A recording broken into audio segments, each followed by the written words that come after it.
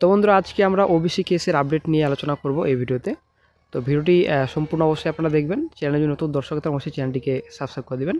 তো বন্ধুরা, OBC case আসলে আপনারা সকলে জানেন, ওবিসি কেস কিন্তু কিছুদিন আগে উঠছিল কোর্টে। আপনারা অনেকে দেখতে পাচ্ছেন 22/11/24, ঠিক আছে।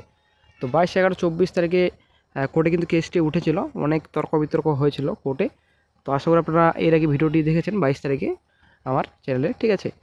তো ভিডিওটি যারা দেখেন অবশ্যই আপনারা দেখে নেবেন। তো যদিও আমি এই ভিডিওতে কিছু অ্যাড করে দিব কী তর্ক বিতর্ক চলছিল কোর্টে, তো অবশ্যই আপনারা দেখে নেবেন। তারপর নেক্সট ডেট কিন্তু রাখা হয়েছে 9/12/24। এই ডেট আপনারা দেখতে পাচ্ছেন, এই ডেটে কিন্তু অনেক কিছু হয়েছে।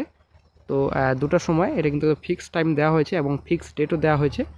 এটা 22/11/24 যেটা আপনাদের ডেট, এই ডেটে আপনাদের শুনানি হয়েছিল। এই শুনানিতে ফিক্সড ডেট করা হয়েছে 9/12/24 এবং দুপুর 2টো, ঠিক আছে। এখানে কিন্তু ফিক্স একটা টাইমও দেওয়া হয়েছে, ডেটও দেওয়া হয়েছে, এটা কিন্তু মেনশন করা হয়েছে কোর্টে।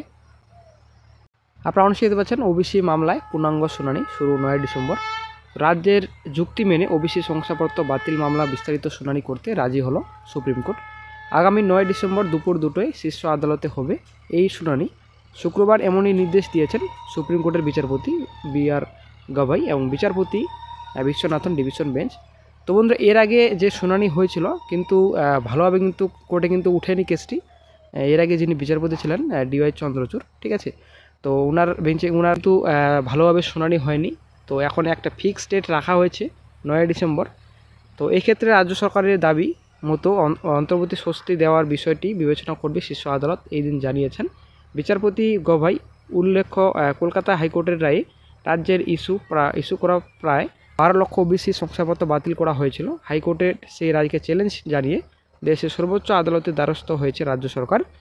এর আগে গত 5ই আগস্ট তৎকালীন প্রধান বিচারপতি ডি.ওয়াই চন্দ্রচূড়ের নেতৃত্বাধীন বেঞ্চে এই মামলায় শুনানি হয়।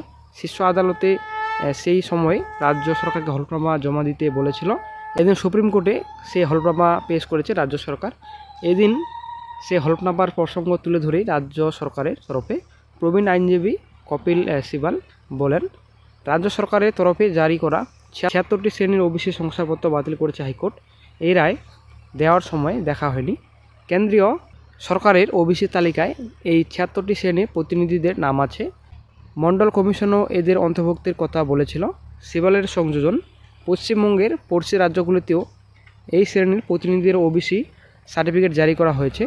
তারপরেও বাংলায় এদের ওবিসি সার্টিফিকেট বাতিল করা হয়েছে। এদিকে শিক্ষাগত বর্ষ বা একাডেমিক ইয়ার চলে যাচ্ছে, বিভিন্ন প্রতিষ্ঠানের নিয়োগ আটকে যাচ্ছে শংসাপত্র সংক্রান্ত জটিলতায়। অনেক মানুষ সমস্যায় পড়েছেন। কেন্দ্রীয় তালিকায় যাদের ওবিসি বলা হচ্ছে, যার রাজ্যে তারা ওবিসি হতে পারবেন না। এটা কি ধরনের যুক্তি? সিবালের যুক্তি গ্রহণ করে সুপ্রিম কোর্ট জানায় 9 ডিসেম্বর দুপুরে হবে মামলার বিস্তারিত শুনানি। তো বন্ধুরা, আপনারা আশা করে বুঝতে পারলেন এটা একটা এই সময় পত্রিকার আর্টিকেল, ঠিক আছে। তো যেটা কিছুক্ষণ আগে দেখালাম ভিডিওর শুরুতে, তো সেই বিষয়টা কিন্তু এখানে তুলে ধরা হয়েছে। 9 ডিসেম্বর কিন্তু নেক্সট হিয়ারিং ডেটটা বর্তমানে রাখা হয়েছে। কোর্টে কিন্তু কেসটি মেনশন করা হয়েছে এবং সময় কিন্তু বেঁধে দেওয়া হয়েছে 2টার সময়। তো কোর্টে বিস্তারিত শুনবেন, তারপর একটা ডিসিশন নেবেন, ফাইনাল ডিসিশন। তো বন্ধুরা, আসলে একটা খুবই ভালো খবর, যদি ওই দিনে যদি ফাইনাল একটা ডিসিশন আসে তাহলে কিন্তু বেঙ্গল পুলিশের এক্সামিনেশন সব কিন্তু নিতে পারবে, কনস্টেবল এবং এসআই সহ। তো সব কিন্তু এক্সামিনেশন কিন্তু নিতে পারবে ডব্লিউপিআরবি। এবং বন্ধুরা, ডব্লিউপিএসসি কিন্তু বসে নেই, ক্লার্কশিপ এক্সামিনেশন হলো কিছুদিন আগে এবং ডব্লিউসিএস ইন্ডিকেটিভ নোটিফিকেশন প্রকাশিত করে ফেলেছে। তো আসলেই পিএসসি কিন্তু বসে নেই, কিন্তু ডব্লিউপিআরবি বসে রয়েছে এবং নতুন রিক্রুটমেন্ট নোটিফিকেশন কিন্তু আদার্স রিক্রুটমেন্ট বোর্ড কিন্তু নিতে পারছে না। এটা আসলে একটা খুব খারাপ ব্যাপার। তো যদিও কিছুদিন আগে আন্দোলন করা হয়েছিল ডব্লিউপিআরবির অফিসের সামনে, ঠিক আছে। তো আন্দোলন যেটা মেন টপিক ছিল যে ওবিসি বাহানা নয়, রাজ্যে নিয়োগ চাই, ঠিক আছে, এবং পরীক্ষা যেন দ্রুত করা হয়।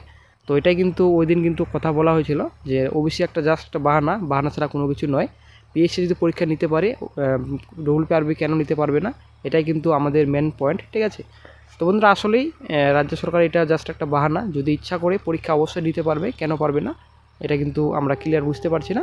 তো সরকার ইচ্ছা হলে অনেক কিছু করতে পারে, এখন সরকারের উপর সম্পূর্ণ ডিপেন্ড করবে। নতুন নতুন রিক্রুটমেন্ট নোটিফিকেশন কিন্তু প্রকাশিত করতে পারবে না, এটা সরকার এবং মুখ্য সচিব অনেক কিছু কথা বলেছেন এই বিষয়ে। তো নতুন রিক্রুটমেন্ট নোটিফিকেশন তো আপনারা আশা বর্তমানে ছেড়ে দিন।